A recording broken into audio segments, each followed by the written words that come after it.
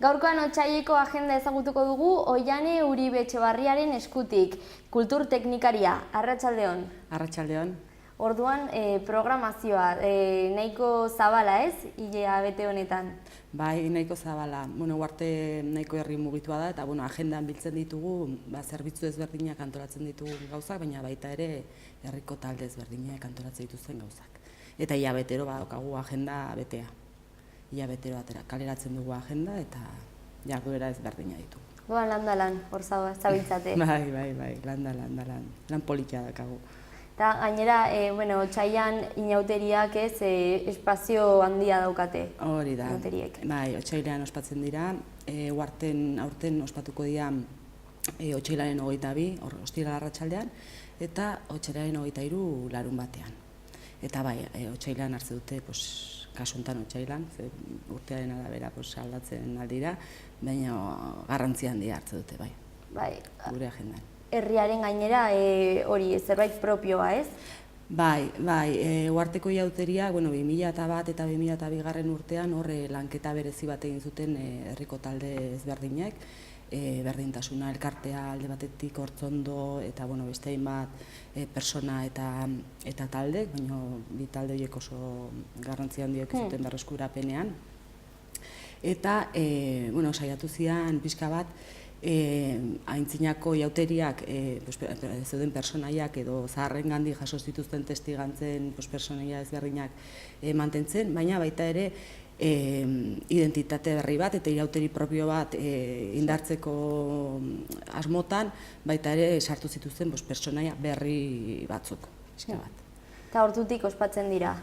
Bai, lehenago ere bai ospatuko zidan, baina hola pixka bat indartuak oso hortutik. Baina ez da ekintza bakarra otsailean? Ez da ekintza bakarra. Baditugu daukagu erakusketa bat, oraintxe bertan kulturetxean, emakume mailak emakume berriak, dela Txiapasen bortizkeria jasaten duten emakumeen sostengoa ematen dioten proiektu bat, eta erakusketa dago osatuta proiektu horren informazioa, eta baita argazki buruz, eta pixka bat martxoaren 8 hurbiltzen ari denez, pixka bat data hauetan jarri dugu Andre Mari emakume taldearekin batera. Bestetik badaukagu igande honetan, gaurkoztasuneko gai oso garrantzitsua, larria eta gizartean bizitzen ari garena, errefuxiatuen egoera, pixka bat aditzera ematen duen antzerki bat daukagu.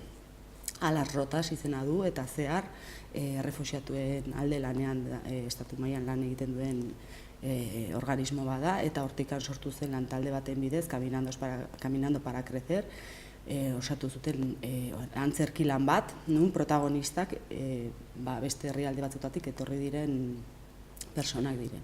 Eta zuzenean haiek parte hartu dute proiektu honen bitartez, antzerkiaren bitartez, pixka bat haien egoera ikustarazten. Kontzientzia sortzeko eta... Hori da. Noiz esan duzu? Hori izango da igande honetan, arratsaldeko 6:00 kulturetxean. Sarrerak eskuratu behar dira? Bai, sarrerak eskuratu behar dira, 4 eurote erdian daude sarrerak salgai, eta eskuratu daitezke uarteko web horrian, bikoitza uarte.es bitartez, edo takilan bertan, astelehenetik ostiralera, arratsaldeko 5:00 9:00 kulturetxean bertan. Momentuz, tradizioa, feminismoa, gai sozialak... Bai, saiatzen gara pixka bat, gizartearen bat egiten duten edo momentuan dauden jarduerak ere, kultur adierazpideen bitartez ere bai pixka bat mai gainean jartzen, kasu honetan, beste batzutan ez baina bai. Hilabete honetan horrela tokatu da. Bai, azkenen isialdira begira, baina baita ere hori ezaztuz errealidadea. Hori da. Zerbitzu bat eskaintzen duzuela. Hori da. Gero aipatzeko beste egitasmo bat, urrian martxan jarri genituen irakurle taldeak, ere martxan liburutegiarekin elkarlanean, daukagu erderazkoa eta euskarazkoa.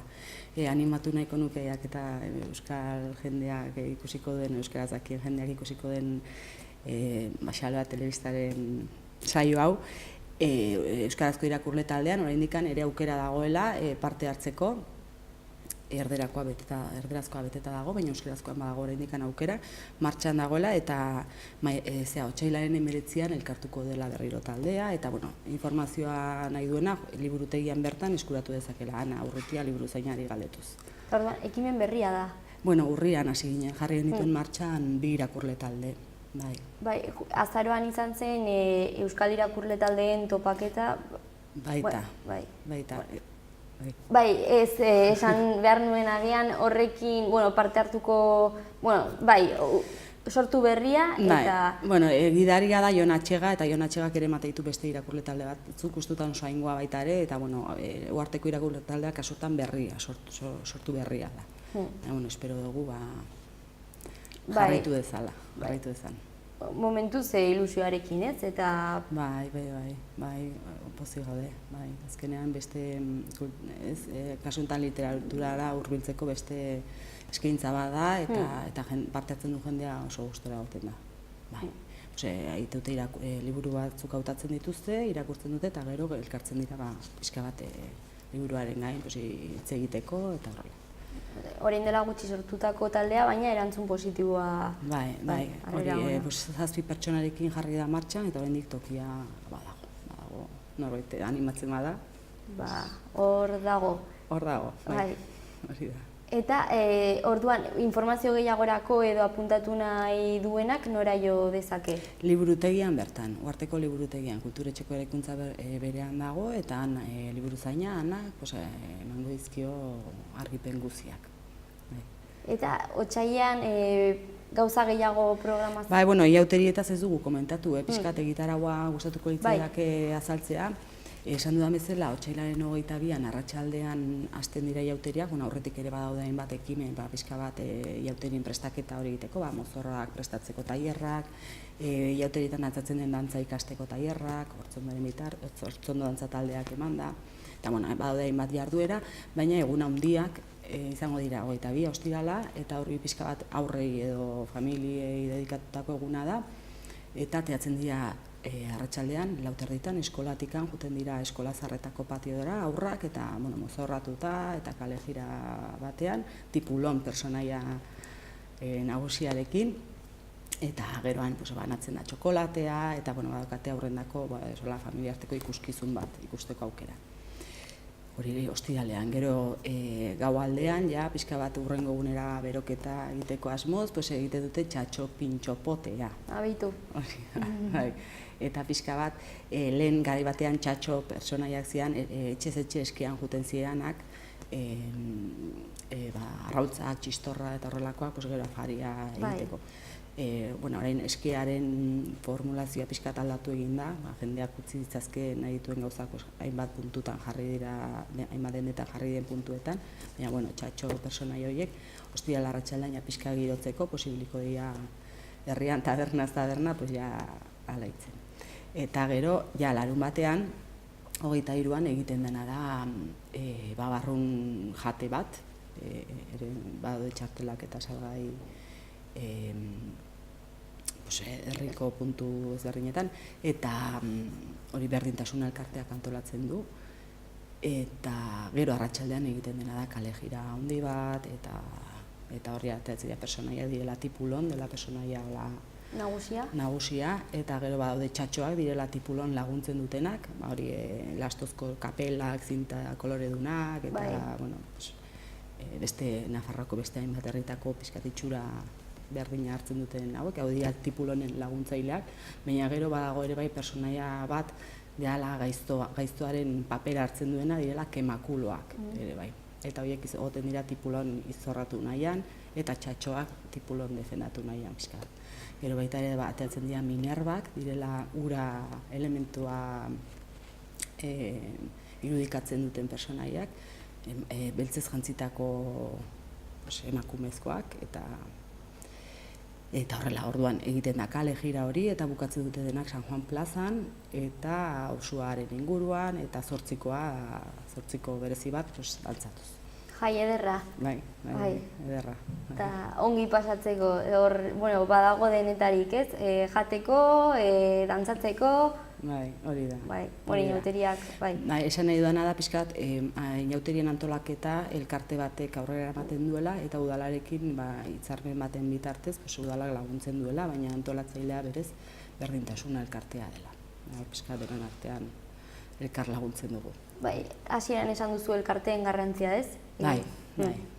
Oso taldeak asko mugitzen dira, eta bai, antolatzailea berez beraiek dira. Bai, baina hori kolaborazioan funtzionatzen duzue. Hori da.